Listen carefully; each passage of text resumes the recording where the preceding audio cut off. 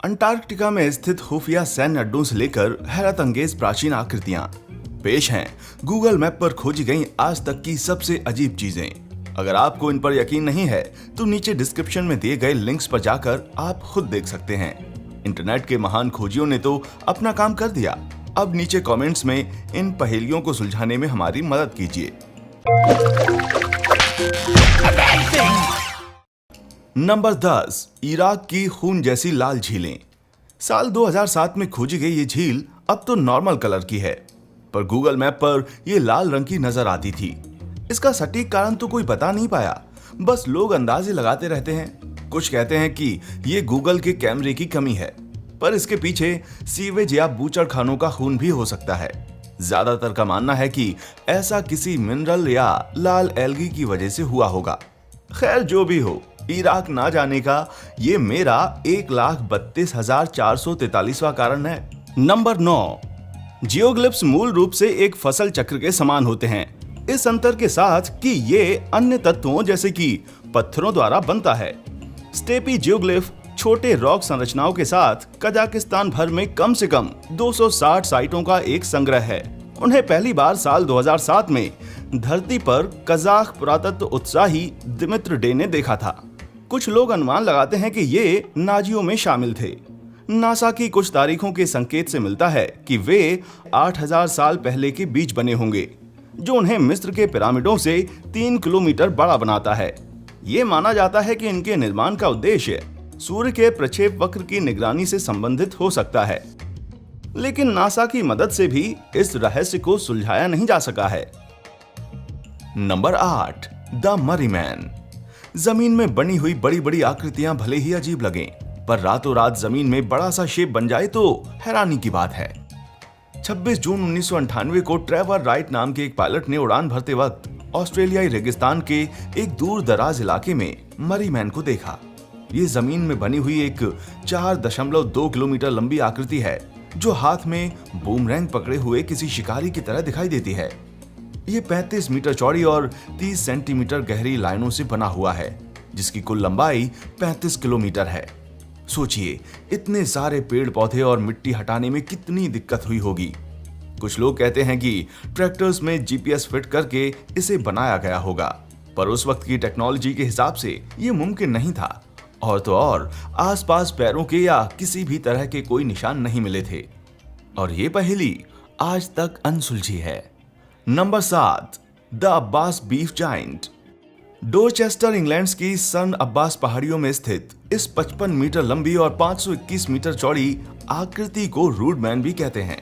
इसकी शुरुआत का कुछ पता नहीं, पर ज्यादातर स्कॉलर्स का मानना है कि ये उपजाऊपन और रोमन देवता हरक्यूलिस को दर्शाता है, पर देखने से तो ऐसा नहीं लगता। स्थानीय लोगों का मानना है कि ये डेनमार्क से आया एक सचमुच का जाइंट था, जिसे गांव के लोगों ने मिलकर हराया था। अगर ऐसा है तो उस जाइंट ने जरूर हाथ में गन थाम रखी थी। सच क्या है पता नहीं, पर ये लोकल कल्चर का एक जरूरी हिस्सा है और हर 25 साल पे लोग इसकी मरम्मत के लिए इकट्ठा होते हैं। नंबर 6, बीहड़ों का रखवाला। साल 2006 तक तो लोकल लोग जानते ही नहीं थे कि एक बड़ा सा जियोलॉजिकल स्ट्रक्चर उन पर नजर रखे हुए है। अल्बर्टा कनाडा में स्थित यह आकृति परंपरागत पगड़ी जैसा कुछ पहने हुए किसी मूल अमेरिकी के बड़े से सर की तरह लगती है।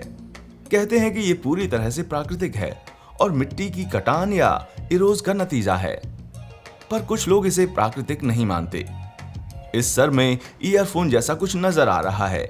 वो एक तेल के कुएं तक जाने वाली रोड है भाई। खैर, ये जमीन में उभरा इकलौता चेहरा नहीं है। कहते हैं हंगरी में एक जगह जमीन पर यीशु का चेहरा बना हुआ है। अब इस पर यकीन करना या ना करना ये मैं आपके ऊपर छोड़ता हूं। नंबर 5, एग्रोग्लिफोज। लगता है एलियंस कई सालों से खेतों में बड़े बड़े गोले बनाकर हमसे कम्युनिकेट करने की कोशिश कर रहे हैं। मैं इस एलियंस वाली थ्योरी को नहीं मानता, पर ये शेप्स कमाल के हैं। दुनिया में सैकड़ों क्रॉप सर्कल्स मौजूद हैं और ये उनमें से सबसे हैरत अंगेज है। इंग्लैंड में भी कई हैं।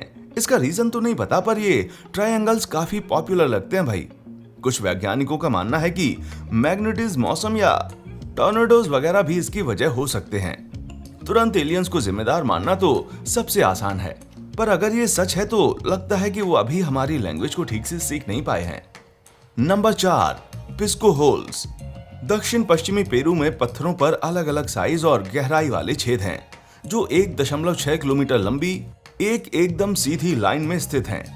ऊपर से उड़ान भरे जाने तक इन गड्ढों के बारे में कुछ पता नहीं था।